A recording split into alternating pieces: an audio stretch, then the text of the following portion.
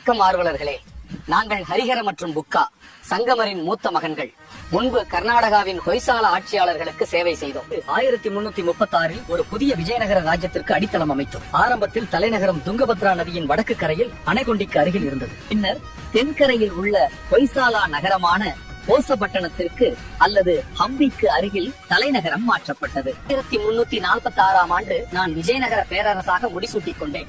பின் நாங்கள் சாளுக்கியர்களின் சின்னமான பன்றி அல்லது வராகங்களை விஜயநகர அரச சின்னமாக ஏற்றுக்கொண்டோம். நான் முதலாம் புக்கர் 1356 விஜயநகர பேரரசாக ஆட்சியேற்ற பிறகு தமிழகத்தின் மீது கவனம் செலுத்தினேன். 1370 ஆண்டு இளவரசர் குமார கம்பனா மதுரையில் சுல்தானகத்தை முடிவுக்கு கொண்டு வந்து அங்கு நாயக்கர் ராஜ்யத்தை நிறுவினோம். மதுரை சுல்தானகத்தின் வெற்றி ஒரு வரலாற்று சிறப்புமிக்க நிகழ்வு. கங்காதேவியின் மதுரா விஜயம் இதை தெளிவாக கூறுகிறது.